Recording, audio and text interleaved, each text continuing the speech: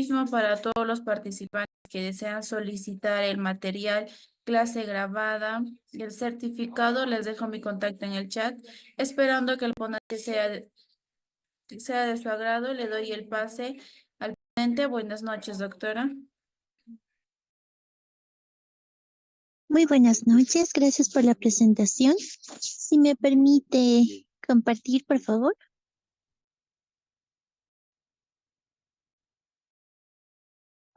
Ya está, doctora. Perfecto, muchas gracias.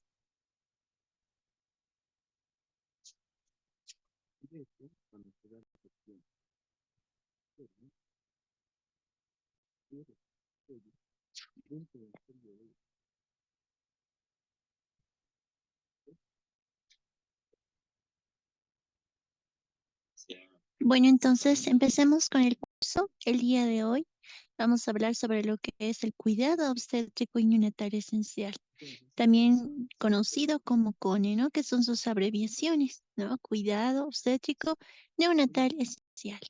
Entonces vamos a ir viendo que cada una de estas pautas va a ser muy importante, sobre todo para prevenir la morbimortalidad en lo que viene a ser tanto la madre como el feto o el niño que va a nacer, ¿no? Entonces vamos a ver, ¿no? Que el cuidado obstétrico y neonatal esencial, el CONI, va a ser un enfoque integral que va a garantizar que tengamos una atención adecuada y segura durante el embarazo, el parto y el posparto. Es decir, que no solo nos vamos a enfocar desde que está embarazada nada más, ¿no?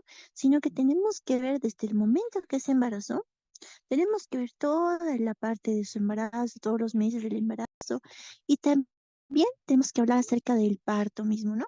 En esta parte vamos a ver, vamos a hablar con la madre, con el padre mismo y ver cómo es que ellos quieren, tienen acerca del parto y cómo les gustaría la atención. Y también vamos a ver, después de que ya ha nacido el bebé, también tenemos que ver lo que es el puerperio, ¿no? Posterior al parto y posteriormente el posparto, ¿ya? El objetivo va a ser mejorar los resultados para la madre y el recién nacido mediante prácticas basadas en evidencia y una atención centrada en la familia.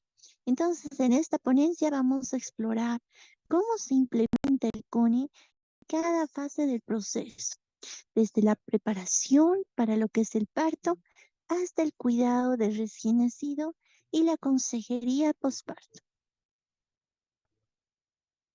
Vamos con los objetivos de la ponencia. El día de hoy vamos a hablar sobre explorar las técnicas de consejería y el apoyo emocional durante el parto, aplicar las prácticas basadas en evidencia para el manejo activo del trabajo de parto, el promover la lactancia materna y el vínculo madre-hijo en el posparto, atender las necesidades básicas del recién nacido, lo que viene a ser, ¿no? Desde la alimentación, la termorregulación y la higiene que se le debe dar al recién nacido, ofrecer consejerías sobre lo que es salud reproductiva, planificación familiar y también lo que son los espaciados entre nacimientos. ¿Cuánto tiempo debería esperar una mujer, ¿no? Para embarazarse de nuevo? Empezaremos con el primer punto, que es educación y preparación para el parto. Aquí vamos a ver técnicas de consejería y apoyo emocional que son importantes en el CONE para evitar diferentes problemas, ¿no? En el momento del parto. Entonces, nosotros en esta etapa vamos a educar y preparar para el parto a esta mujer embarazada.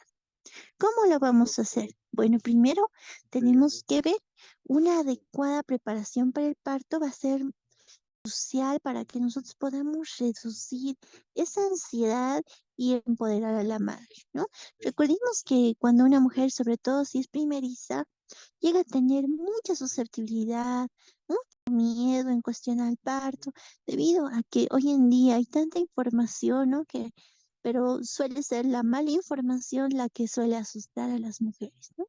Desde mujeres que se quejan de un maltrato por parte del personal en el hospital y eso hace que ellas no quieran tener un parto en un hospital y llegan a querer tenerlo en casa, ¿no?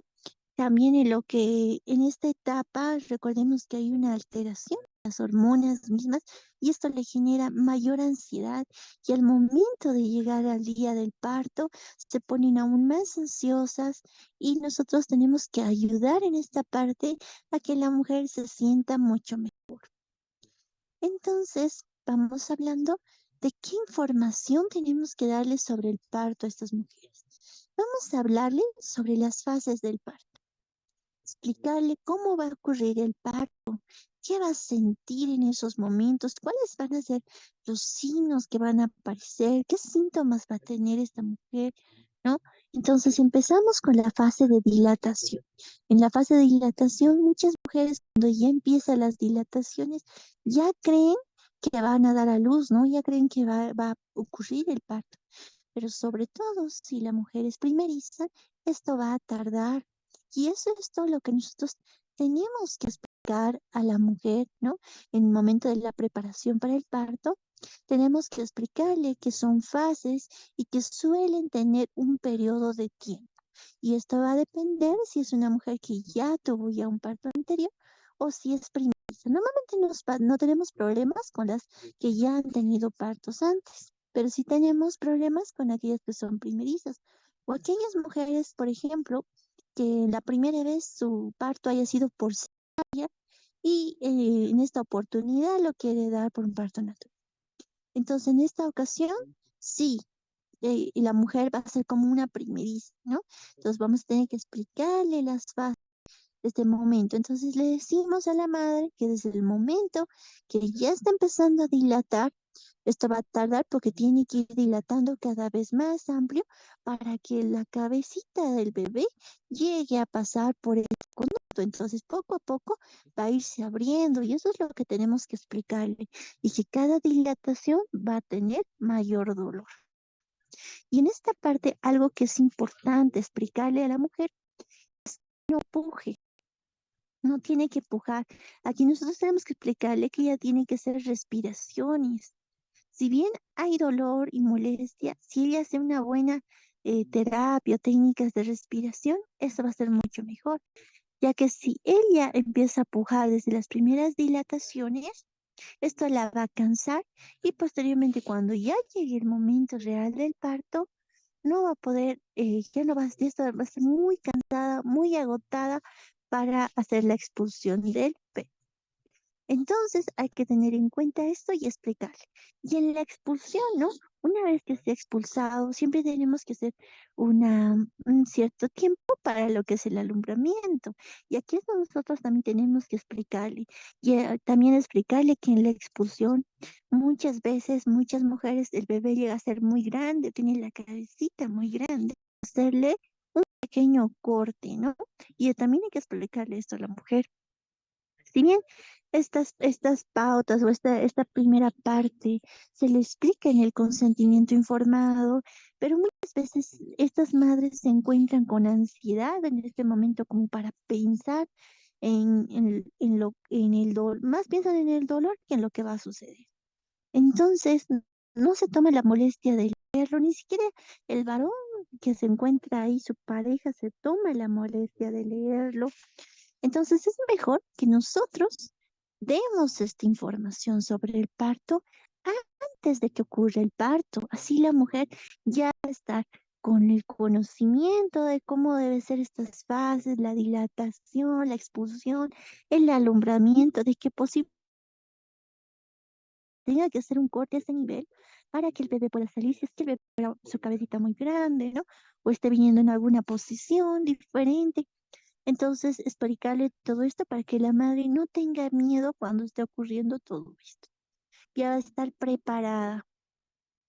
Dentro de esta parte también es importante que nosotros informemos de las opciones que existe para el manejo del dolor. Recuerden que el primer miedo que tienen estas mujeres del parto y la ansiedad que les produce es que todos le dicen que duele mucho. ¿no? Entonces nosotros podemos informarle sobre las opciones que puede tener, ¿no? Desde farmacológicas como no farmacológicas, para que nosotros podamos gestionar el dolor durante el parto. Entonces decirle, ¿no? Que si es mucho el dolor, podemos ayudarle con un analgésico, ¿no? Y eso lo podemos explicar. Aquí podemos ver una tablita de las etapas de parto. Aquí vemos, ¿no? La dilatación. En la dilatación vamos a ver estas contracciones uterinas que van a ir aumentando cada vez, ¿no? Con mayor frecuencia. Al principio son más cortas, luego cada vez son con más frecuencia. Y esta nos va a ayudar a hacer la dilatación del cuello del útero y vamos a ver un borramiento. Este periodo de dilatación normalmente ocurre de 8 hasta 24 horas en lo que son las primigrávidas, ¿no? Mamás primigestas. Entonces vamos a ver que dura hasta 24 horas.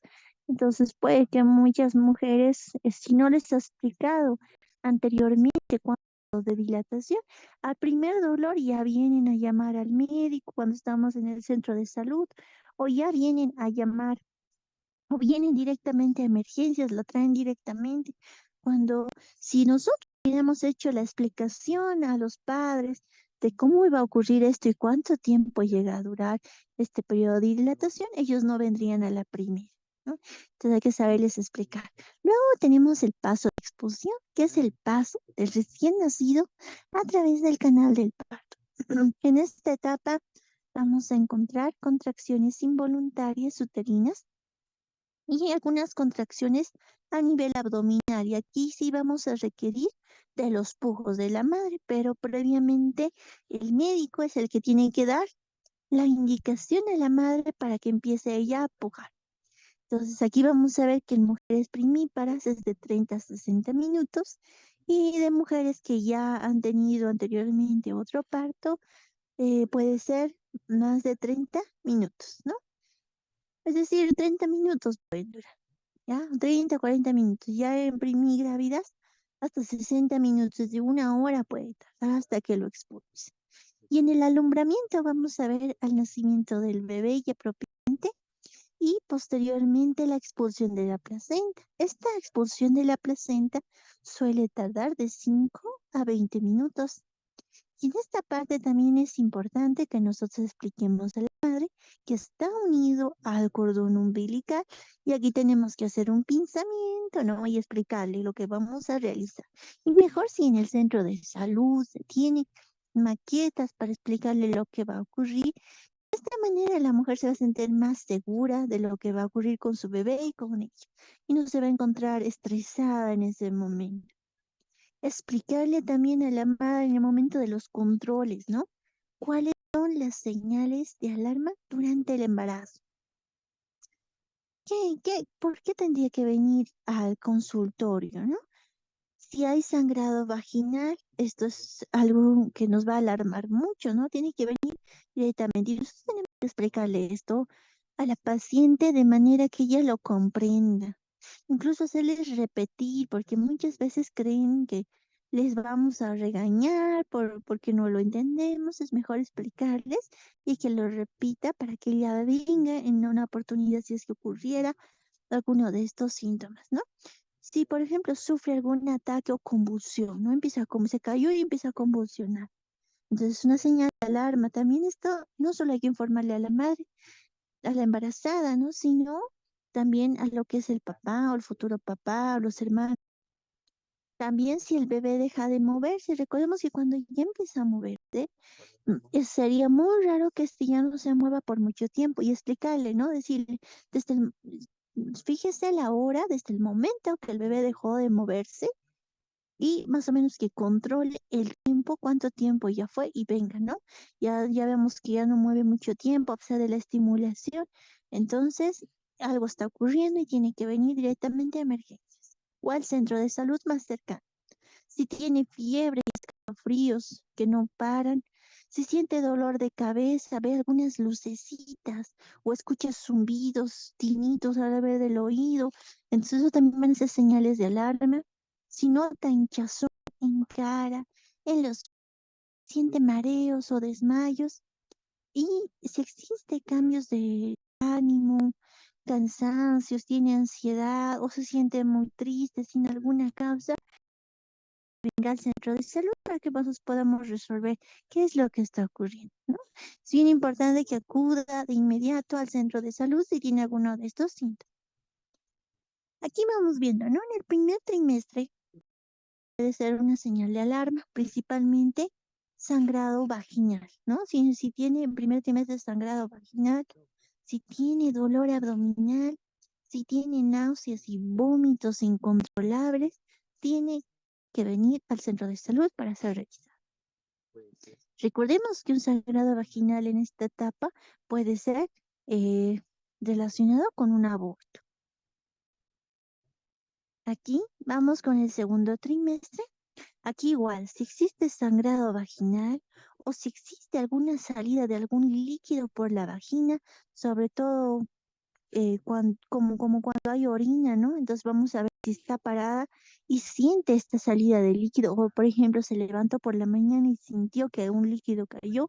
Entonces, esto igual es señal de que tiene que venir al centro de salud.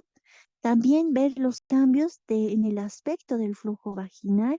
Esto también va a ser algo alarmante para ver si puede que esté con una infección. Recordemos que una mujer embarazada puede llegar a tener infecciones de este nivel que podrían dar al embrión o al feto. Que tenga la paciente ardor al orinar o que empiecen con contracciones uterinas. Recordemos que en segundo trimestre no tendría que existir contracciones uterinas.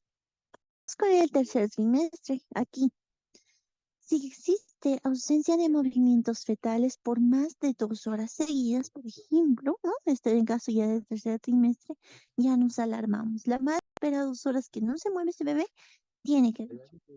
También ver lo que es dolor abdominal, no debe existir un dolor abdominal que sea muy fuerte.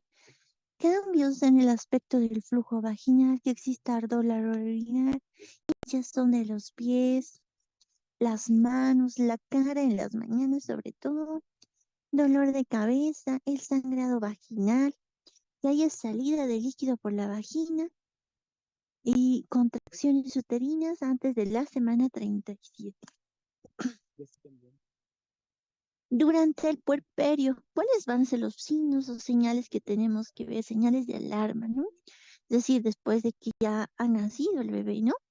Si existe sangrado vaginal mayor a una menstruación y o con mal olor, es decir, si va a tener, sí existe sangrado, pero no debería ser mayor a una menstruación. Si ya fuera una hemorragia más abundante, ahí es donde la paciente tendría que venir. Recordemos que el puerperio va a ser 42 días posteriores al parto. Entonces, no es que la paciente tiene el bebé y nos olvidamos de la madre. Tenemos que hacer un seguimiento de la madre, ¿no? Porque recordemos que ella ya es una mujer puérpera, ¿no? Entonces, dentro de esto vamos a ver el sangrado vaginal. Si es muy abundante, tiene que asistir al centro de salud. O si ella ve que el olor es muy fuerte, hay un mal olor, igual de todos modos tiene que venir para hacer su control.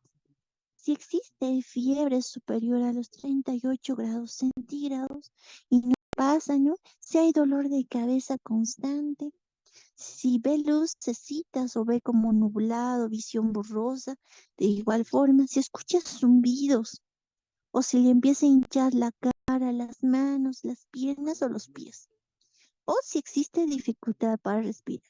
Entonces, estos son los signos que la madre, señales que debe reconocer una mujer puérpera posterior al embarazo.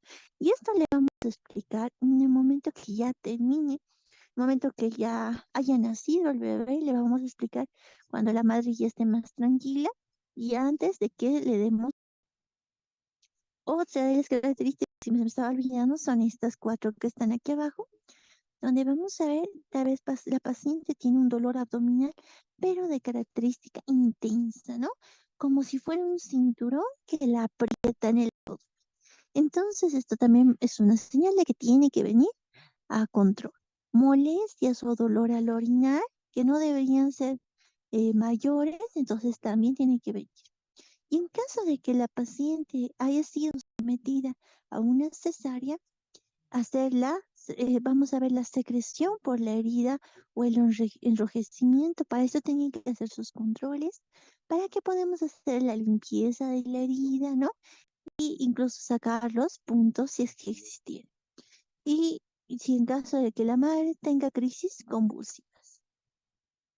Vamos a la planificación del parto. Ya hablando todo esto que tenemos que explicarle, ¿no? El momento tanto antes del parto como posterior al parto. Vamos con la planificación. Dentro de la planificación del parto, hacemos un desarrollo del plan. Redactar junto a los padres qué es lo que vamos a hacer en el parto. Depende mucho esto las preferencias sobre el entorno del parto. Puede que la madre nos diga que quiere tener su bebé de manera tradicional en casa, que solo quiere que su mamá o una matrona la atienda, ¿no? O un chamán, ¿no?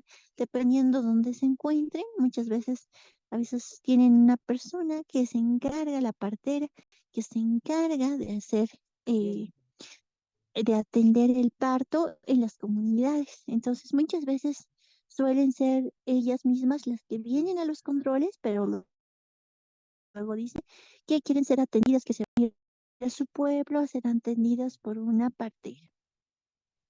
Entonces, explicarle, ¿no? Las preferencias y también explicarle sobre los pros y contras de esta situación, ¿no? Y ver lo mejor siempre para el paciente. Entonces, vamos viendo que también en esta parte que nosotros vamos a hablar del manejo del dolor, explicarle cómo va a ser esto de su manejo del dolor, qué tiene que hacer para no sentir tanto dolor en el momento que ocurre el parto. ¿No? Esta parte la podemos explicar incluso al papá o al familiar que se encuentre al lado de la paciente. Tenemos que asegurarnos de que sea un plan que sea realista y adaptable a las inquietudes que tenga nuestra paciente o a las expectativas que tenga nuestra paciente. Tenemos que hacer la preparación para la flexibilidad. Entonces aquí vamos a discutir sobre los planes debido a las situaciones imprevistas que podrán ocurrir durante el parto, ¿no? Si puede ser que se adelante, por ejemplo, el parto por alguna situación, y eso es algo que nosotros tenemos que discutirlo con el paciente. ¿Qué ocurriría, por ejemplo, si existiese, le empieza a hinchar los bracitos, las manitos, y resulta una preeclampsia? Entonces, en este caso, por ejemplo, explicarle, ¿no? Cuáles son los signos, sintomatología que va a llegar a tener y cómo la vamos a tratar y qué tiene que hacer y posiblemente el bebé tenga que salir por cesárea. Aún así, ella haya hecho el plan de que quería tenerlo por parto natural, ¿no? Entonces, esa parte hay que explicarle y que la paciente lo comprenda y por qué va a ocurrir este tipo de situaciones, porque muchas veces a última hora se les llega a decir que van a tener por cesárea y no siquiera entienden qué está ocurriendo. Y la madre solo se pone más ansiosa y esto incluso predispone a que el bebé pueda tener un sufrimiento fetal. Respecto a la preparación del entorno, tenemos que ofrecer siempre sugerencias de cómo vamos a preparar el parto. La elección, si quiere música, si quiere iluminación, en caso de que nosotros la atendamos en su hogar, por ejemplo, ¿no? El tipo de apoyo que querrá, tal vez quiere que su esposo, su pareja esté al lado. Esto también llega a ser muy importante porque la parte emocional de la madre debe ser también eh, analizada y discutida por el personal médico. Tenemos que hacer siempre el apoyo en la comunicación con el equipo de salud. Entonces vamos a hacer la preparación para la comunicación. Vamos a enseñar a la madre a expresar sus preferencias, ¿no? Muchas veces las madres, como los padres o sus pacientes, nos ven a nosotros, a los médicos, como si fuéramos nosotros los que vamos a mandar y ellos tienen que decir sí a todo. Tenemos que nosotros preparar siempre a enseñarles a ellos, ¿no? Que importa mucho su opinión y que nosotros estamos preocupados, todo el equipo de salud, a que todo el proceso del parto esté diseñado y se pueda hacer la participación activa de todos, tanto como ellos. Entonces, también tenemos que ver la participación de la pareja o el acompañante. tenemos que incluir siempre a la pareja. En caso de que la mujer no tuviera pareja, que ocurre en muchas de las situaciones, que venga un acompañante, ¿no? Puede ser su hermano, puede ser un ser querido, la mejor amiga, o la mamá o el papá, ¿no? Entonces esto nos ayuda mucho a que la mujer se sienta mucho más tranquila y en el momento del parto no se sienta ansiosa y esté más relajada. Esto ayuda tanto al bebé como evitamos la mortalidad. Tenemos que proporcionarles estrategias para apoyar a la madre durante el parto y que puedan ayudarnos, ¿no? Con lo que es la comunicación del equipo médico. Hablando de la educación y preparación para el parto, principalmente, esta parte es importante, ¿no? La consejería emocional, donde el médico practica lo que es el escucha activa. El escucha activa es una práctica donde nosotros como personal médico tenemos que escuchar atentamente a todo lo que la madre, ¿no? Siempre empezar preguntándole cuáles son sus miedos y qué espera de un parto, ¿no? ¿Cuál es su idea del parto propiamente, ¿no? ¿Cuál es su idea de cómo va a estar después del parto? ¿Qué conoce sobre la cesárea? Entonces, mientras ella nos vaya explicando sobre sus expectativas, cómo se siente, si se siente apoyada, comprendida, entonces esto va a ayudar mucho a que la madre se sienta mejor y así también venga a sus controles prenatales. Ahora, vamos a ver también la validación de los sentimientos. Es importante que nosotros valgamos, ¿no? Validemos lo que son sentimientos de la madre y de esta forma esto va a reducir esta ansiedad y va a aumentar la confianza en el proceso y así ella nos va a contar mucho. Muchas veces luego las madres suelen venir más controles y a contarnos cómo se siente. Educación y preparación, ¿no? Aquí. La preparación mental. ¿Cómo debe ser la preparación mental de la madre? Aquí vemos técnicas de relajación, ¿no? Podemos explicarles sobre algunas técnicas en profunda y la meditación. También en algunos lugares se tiene un fisioterapeuta especialista en esto, en tratar a mujeres embarazadas, donde se realiza lo que son técnicas desde yoga, meditación, ¿no? Para que ellas se sientan relajadas. Estas van a ser herramientas muy útiles para manejar el estrés y promover una mentalidad positiva durante el parto. Entonces podemos sugerirle que realice este tipo de prácticas, que hoy en día también ya las tenemos al alcance del celular, en YouTube, ¿no? TikTok, que salen este tipo de técnicas y que la madre como con el padre podrían realizarlas juntas y sentirse mucho mejor. El manejo del estrés también es importante, ¿no? Como les decía, suele ser el mismo estrés que conlleva a que esta mujer pueda tener una preeclampsia o pueda tener algún tipo de alteración, ¿no? Entonces es muy importante manejar este estrés. ¿Cómo hacemos? Siempre con afirmaciones positivas, técnicas de visualización, donde podamos ayudar a los padres, madres, a sentirse más preparados y en control. Entonces, como les decía, es importante que nosotros vayamos explicándoles todo el proceso del parto, cómo funciona, claro, en términos sencillos, ya no en términos médicos, y de esta manera, esta madre va a encontrarse muy confiable en el momento de que ya empiecen estos dolores. Ella va a decir que se va a sentir más relajada y esto va a evitar, como les decía, la morbimortalidad tan perfecto. Vayamos hablando del uso de prácticas basadas en evidencia para el manejo activo del trabajo de parto. Dentro de esto, vamos a hacer un monitoreo. Es importante el monitoreo del progreso del parto. Aquí vamos a ver el manejo activo del trabajo de parto. Este se basa en la vigilancia continua y el uso de tecnologías. Hoy en día hay una gran cantidad de tecnologías que nos van a ayudar a asegurar el bienestar tanto de la madre como el feto. Entonces aquí vamos a tener el monitoreo fetal propiamente dicho, ¿no? Donde vamos a monitorizar el ritmo cardíaco del feto, ¿no? De esta manera, la misma madre que empieza a escuchar los latidos del corazón que le suelen agradar mucho, sobre todo cuando es la primera vez. Y también tenemos que controlar acciones uterinas para detectar si existe algún signo de sufrimiento fetal y de esta manera nosotros poder tomar decisiones clínicas. El uso de monitores electrónicos, ¿no? Nos puede ayudar a identificación temprana de patrones anormales. Por ejemplo, una ecografía 3D, hoy en día ya hay el 3D. Vamos a hacer una ecografía convencional, sí, pero una ecografía 3D nos ayuda a ver si existe algunos patrones anormales, algunas malformaciones en el nuevo ser. Tenemos que en esta parte ver lo que es el manejo del dolor de igual forma, donde vamos a aplicar prácticas basadas en la evidencia para el manejo del dolor en el trabajo de parto. Aquí podemos ver desde técnicas farmacológicas como técnicas no farmacológicas.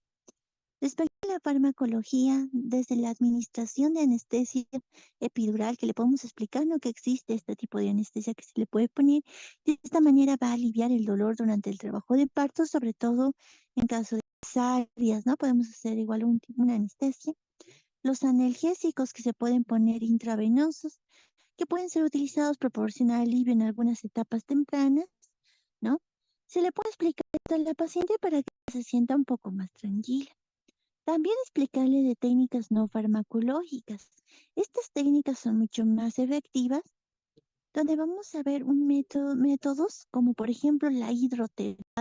La hidroterapia donde trabajamos con las pacientes embarazadas, podemos utilizar las pelotas de parto que estamos viendo ahí en las imágenes, ¿no? Y técnicas de relajación, como les había dicho, las de yoga. Y esto ha resultado ser muy efectivo para el manejo del dolor y la mejora de la experiencia en el momento del parto, porque la madre lo va a relacionar con estas actividades que realizó anterior al parto y se va a sentir más tranquila. Hablando de la promoción de la lactancia materna y del vínculo madre-hijo en el periodo postparto.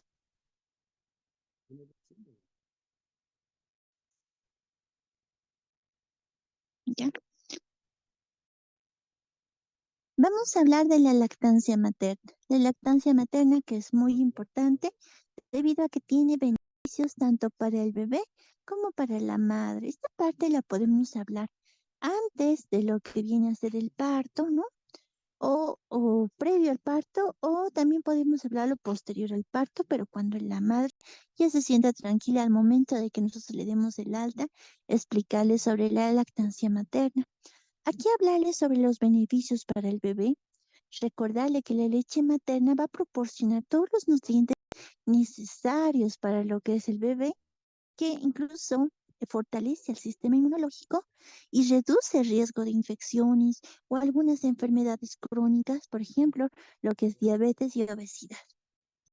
Los beneficios para la madre son la misma lactancia materna que va a ayudar a recuperar en el posparto. Recordemos que ese útero donde se encontraba este bebé se ha ido estirando, ¿no? Es un músculo que se ha ido estirando cada vez más. Entonces, explicarle que este músculo, si bien se ha estirado, va a empezar a volverse más pequeñito de nuevo. Y esto se debe gracias a que el reflejo de succión que hace el bebé durante la lactancia materna. Entonces, esta parte, explicarle a las madres va a hacer que la madre le dé más importancia a la lactancia materna. También explicarle que reduce el riesgo de hemorragias y de cáncer de mama. Y va a contribuir a la pérdida del peso que se ha llegado a obtener y posterior al parto. ¿Cuáles algunos beneficios sobre la lactancia materna? Tenemos beneficios para el bebé, beneficios para la madre, como les decía, ¿no? Para el bebé va a ser la nutrición, principalmente los 6 primeros meses de vida, ¿no? Protege al sistema inmunitario, reduce el riesgo del asma y alergias, es más fácil de digerir para este pequeño. Recuerden que sus intestinos, que toda la parte digestiva recién está adaptándose a los alimentos, entonces la leche es lo mejor y debería ser exclusiva hasta los 6 primeros meses. Ahora, el beneficio es para la madre, nos acelera la recuperación de la mamá, menor riesgo de hipertensión o depresión postparto, disminuye el riesgo de cáncer de ovario y mama, ayuda en la mineralización de los huesos. Es importante hacer la iniciación temprana, o sea, preferible en el mismo momento, si es posible, de que llega a nacer y le damos a la madre, ¿no? Así también hacemos ese contacto precoz de piel a piel con la madre. Entonces, dentro de las primeras horas va a mejorar la tasa de éxito de la lactancia y va a fortalecer este vínculo entre la madre y el hijo. Este contacto inmediato va a ayudar a regular la temperatura del bebé y va a facilitar el establecimiento de esta rutina que va a tener con la lactancia. El vínculo de madre e hija se refiere a este contacto de piel a piel inmediatamente después del parto. Y es importante esto porque va a ayudar al desarrollo emocional y físico del bebé, promover este apego, va a regular la temperatura y va a facilitar el inicio de la lactancia. Para el bebé, vamos a ver que va a ayudar en el desarrollo emocional, ¿no? Y va a haber el vínculo, un vínculo fuerte en lo que es la madre, y esto va a proporcionar una base segura para explorar todo lo que es la confianza, ¿no?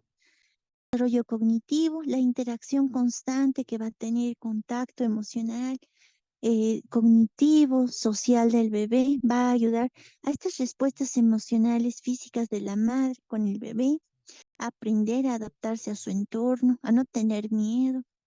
La regulación del estrés, este contacto que tiene con la madre va a ayudar a regular esos niveles de estrés. Recuerden que este nuevo ser está viniendo a un mundo desconocido y todo le puede causar estrés, el ruido, los sonidos, los olores, ¿no? Todo lo que está empezando a conocer. Y gracias a este contacto cercano que tiene con la madre, le ayuda a desarrollar estos mecanismos de afrontamiento que son saludables. Para la madre nos va a ayudar en la adaptación del rol maternal. El vínculo con el bebé va a ayudar a que se adapte a su nuevo rol de madre y construir confianzas en sus habilidades para cuidar a su hijo.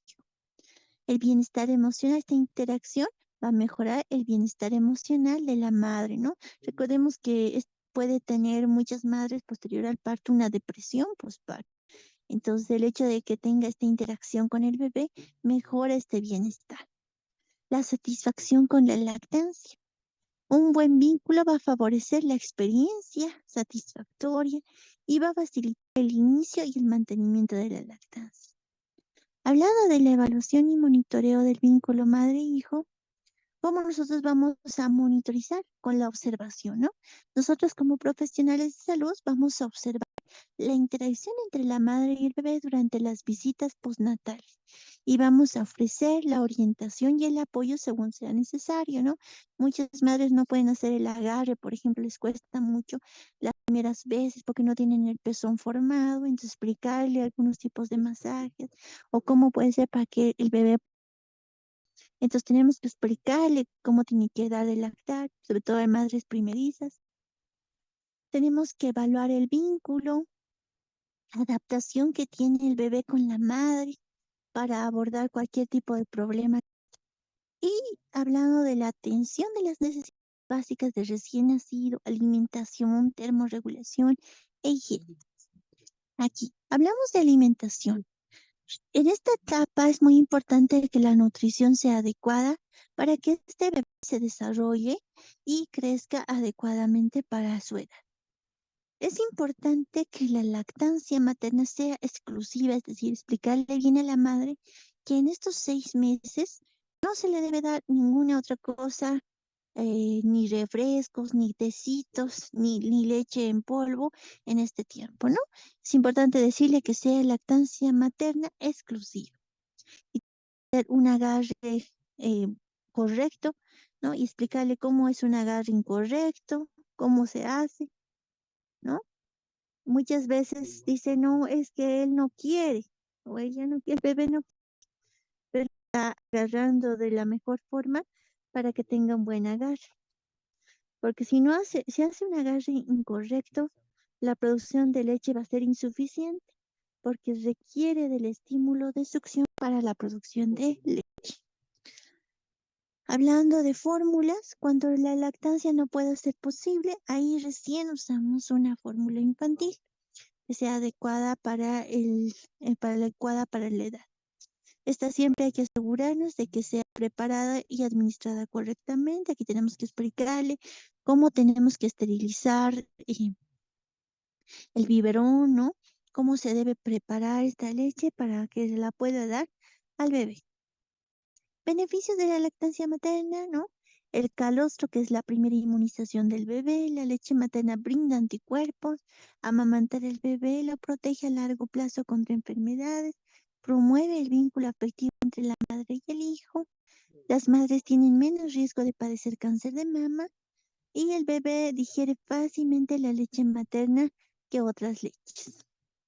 Respecto a la termorregulación, es importante mantener la temperatura corporal adecuada del recién nacido para prevenir alguna hipotermia u otros problemas relacionados.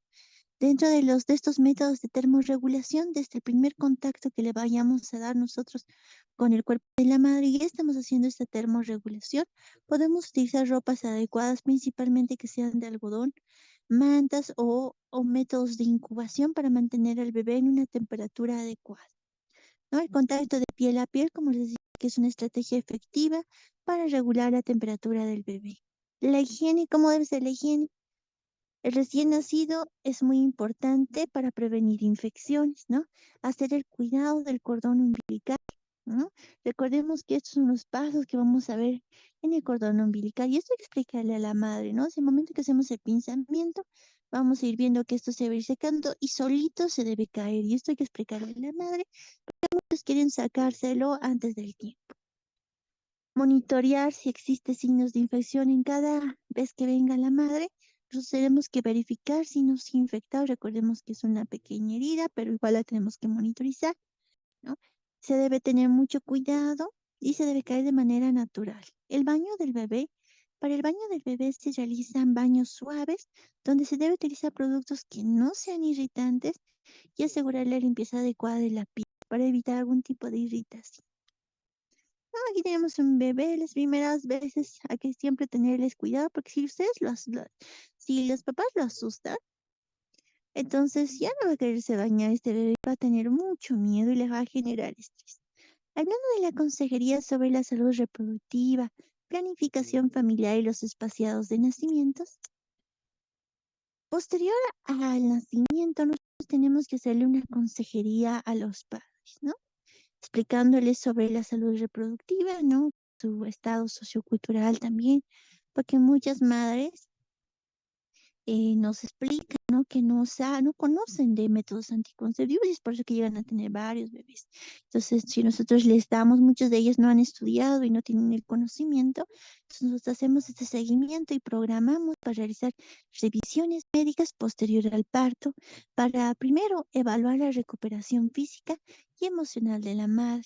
Dentro de esta parte vamos a hacer el control de que si existe posibles complicaciones y la provisión del apoyo emocional, ¿no? ¿Cómo se está viendo ella como madre y si quiere tener más hijos más adelante? ¿Qué opina el papá, ¿no? Entonces, esa parte es importante. Dentro de ese seguimiento posparto de rutina, es importante hacer la visita domiciliaria en caso de que estemos en provincia, por lo menos en 2 oportunidades, ¿no? La primera visita antes de los 7 días posparto y la segunda visita antes de los 30 días posterior al parto. Respecto a la planificación familiar, explicarle a la madre sobre todos los métodos anticonceptivos que existan, ¿no? Para que ella tome una decisión informada de qué es lo que quiere realizarse. Algunas madres ya que ya tienen varios hijos, ya le podemos sugerir una, una ligadura de trompas, ¿no? Entonces hay que explicarles eso, ¿no? Tenemos que explicarle de cada uno de los métodos anticonceptivos las ventajas y desventajas y cuál sería recomendado para la edad o también para ver, para si tiene muchos hijos, ¿no? Para su edad, ¿qué opina ella de eso? Entonces es importante darle esta información.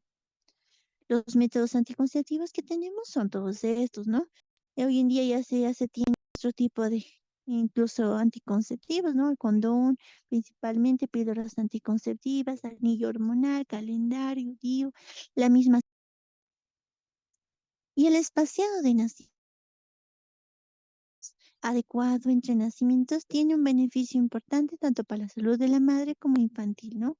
Explicarle a la paciente cuánto debería ser el espacio de nacimientos que va a permitir a la madre operarse por completo entre un embarazo y otro. Y eso también para reducir para reducir los riesgos para la salud del siguiente bebé. Entonces, nosotros hacemos la recomendación que puede variar, pero en general nos aconsejamos que se debe esperar al menos 18 a 24 meses entre los nacimientos. Entonces, ¿no? Recordemos que el año tiene 12 meses. Entonces, 24 meses serían 2 años, ¿no? Entonces, más o menos se tiene que esperar ese tiempo, o año y medio, o 2 años para tener un nuevo bebé.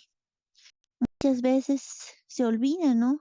Al explicarles lo que son los métodos anticonceptivos naturales, uno de ellos es la misma, eh, el hecho de que esté dando de lactar, y justamente en ese periodo es en el que se llegan a embarazar de nuevo, porque creen que aún están siendo protegidas porque siguen dando de lactar y se embarazan. Y bueno, eso es todo con respecto al día de hoy, al curso del día de hoy.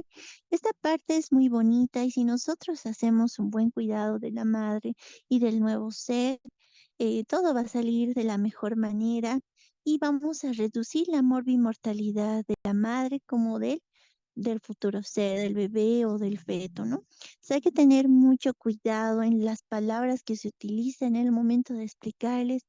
Recordemos que muchas madres no tienen la información correcta o tienen una mala información respecto a la atención de los médicos y al miedo que llegan a tener o cómo va a ocurrir el parto, tienen esas susceptibilidades.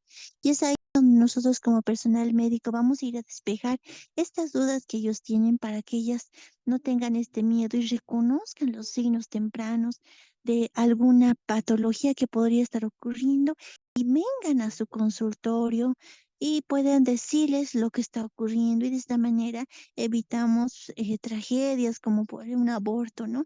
O que el bebé esté con sufrimiento fetal. Bueno, esto vendría a ser todo con respecto al día de hoy. Espero se haya comprendido. Si tienen dudas, preguntas, por favor, hacedmelas conocer por el chat.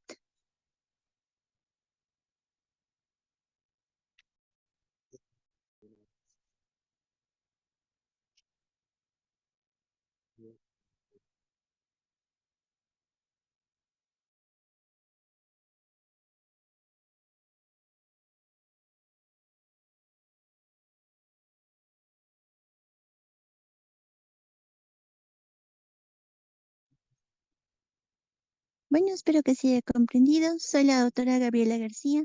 Un saludo desde La Paz, Bolivia. Que tengan muy buenas noches.